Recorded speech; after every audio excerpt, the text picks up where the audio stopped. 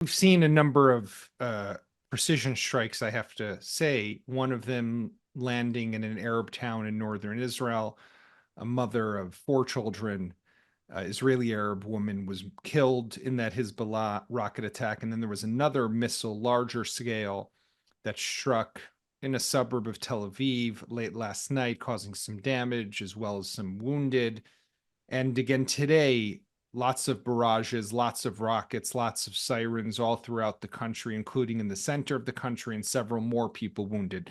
It seems that what Hezbollah is doing at the moment is, as the possibility and a prospect of a ceasefire comes closer, and there are talks that are taking place in Lebanon today between the Americans and the Lebanese government, and the American envoy, Amos Hochstein, reporting on some significant progress that has been made. Hezbollah is doing what they always do, which is trying to get in the last word. So they are ramping up some of their attacks to be able to show this force and display of capabilities up until the last second of when this war might actually pause and come to an end. Israel has significantly degraded some of Hezbollah's capabilities, the ones that are primarily in southern Lebanon. That's where the Israeli Defense Forces, the IDF, have mostly been operating. Areas that are close and along the border, the northern border of Israel. And there, it's where they've destroyed tunnels and arms stockpiles and different command and control centers and lots of rockets and lots of rocket launchers, with the aim of preventing Hezbollah from presenting a threat to the Israeli towns and the residents of those towns that have been evacuated for the last 14 months as people try to go back to their homes. That has been Israel's objective in this war. At the same time, Israel has been striking also at Hezbollah command centers in the Dahia neighborhood of Beirut. It's a suburb kind of in southern Beirut, and it's where Hezbollah has its main stronghold, lots of its different command and control capabilities, some of its bunkers. That's where Hassan Nasrallah, the leader of Hezbollah, was eliminated. It's where there's that hospital that the IDF claims is the home to the bunker of cash and gold reserves that Hezbollah has stockpiled and accumulated over the years. So it's also been striking there. But again, it's very difficult. You can't drain a swamp that simple and that quickly. When you went into this war, as Israel did, with Hezbollah in possession of 150,000 rockets and missiles, some of the long-range capabilities mostly gone. Some of the cruise missiles mostly gone. The surface-to-sea missiles or to anti-ship missiles gone. But they still have a significant stockpile of the shorter and medium range, and those are the ones that will continue to strike at Israel until the war is over. The ceasefire, as it has been presented, is very different, what's happening in Lebanon, to what, if we contrast it to what's been happening in Gaza. It's mostly because the objectives that the Israeli government has stipulated or outlined for both of those different fronts are very different. In Gaza, it's about the elimination of Hamas. It's the removal of Hamas from power. It's the return of the 101 hostages who are still being held. And it's basically denying Hamas the ability to ever once again rule the Gaza Strip. In Lebanon, that was never the objective, because that objective of destroying Hezbollah would see a war that would last a very, very long time and would include Israeli military operations all across Lebanon and boots on the ground all across Lebanon. It would mean Israel having to go into Beirut with troops on the ground to have to uproot and destroy every single last Hezbollah capability and every single last Hezbollah operative.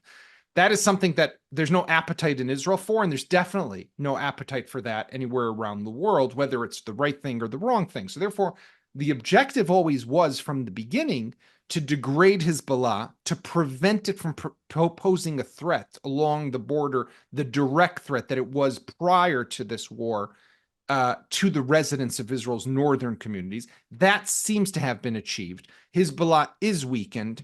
There is an international consensus now that Hezbollah needs to be pushed away from the border and should not be allowed to reestablish itself in that border vicinity. Therefore, because those objectives have been met, Israel is ready to reach a ceasefire. And the Americans, of course, would like for there to be a ceasefire. I think what's changed in the calculus is that Hezbollah understands that it's been severely weakened. It understands that there is now a change in the leadership in the United States of America that is coming soon. And primarily their patrons, the Iranians and the Ayatollahs in Tehran, understand that it is also in their interest to start to play nice, particularly with Donald Trump. And part of playing nice with the incoming Trump administration is also to end the war in Lebanon, where Hezbollah, their main proxy, is the one that is fighting it. The killing of the media chief of Hezbollah is also of importance from an operational capability. Again, you want to continue to eliminate their top leaders and their operatives. These are all terrorists who deserve to be eliminated and should not be around. These are people who are killing innocent people, are terrorizing the people of Lebanon, of course, the people of Israel, but Hezbollah is doing this and trying to wreak havoc all across the world with different cells that it has.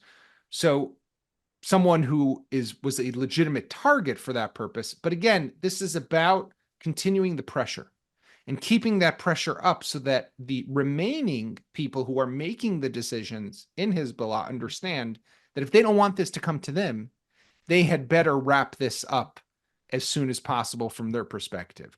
You saw, for example, that now about 2 months ago, when Israel eliminated Hassan Nasrallah and killed him, the leader of Hezbollah, very quickly after, it eliminated the replacement of him. And then it eliminated the replacement of the replacement.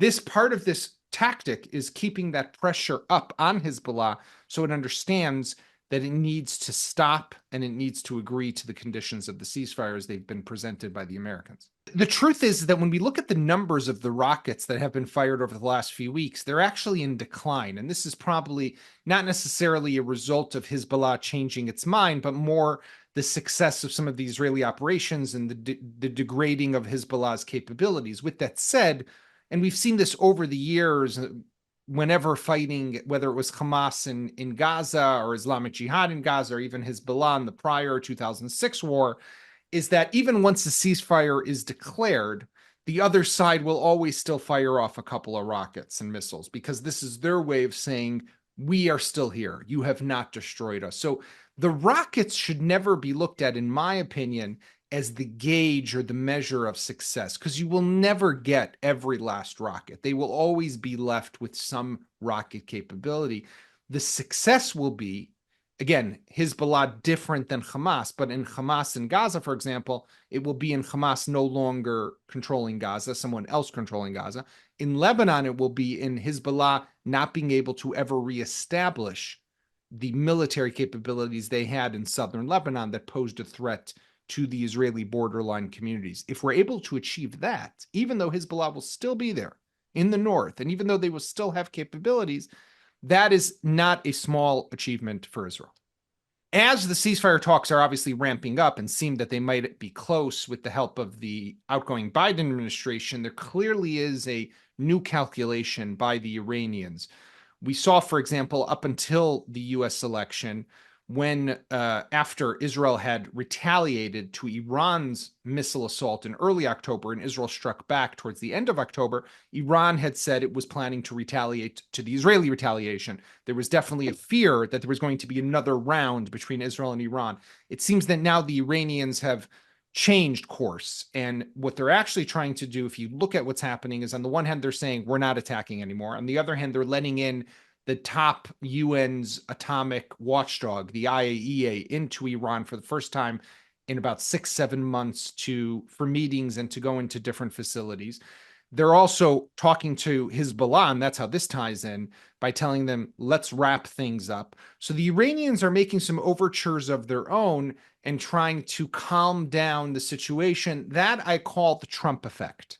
That is because they understand that there is a new sheriff who's coming into the White House, and what will no longer be. They're looking at the appointments that Donald Trump has been making, whether it's Mike Waltz, who's the incoming national security advisor, Marco Rubio, who's the nominee for Secretary of State. These are hawks when it comes to Iran. These are people who actually said that when Israel attacked back in October and did not attack the nuclear facilities, they said Israel had made a mistake. So the Iranians understand there's a new change coming, and they want to be seen more as the solution than as the problem. That's also part of what's happening and the dynamic behind the scenes of why Hezbollah is changing its own approach to those ceasefire talks that are taking place?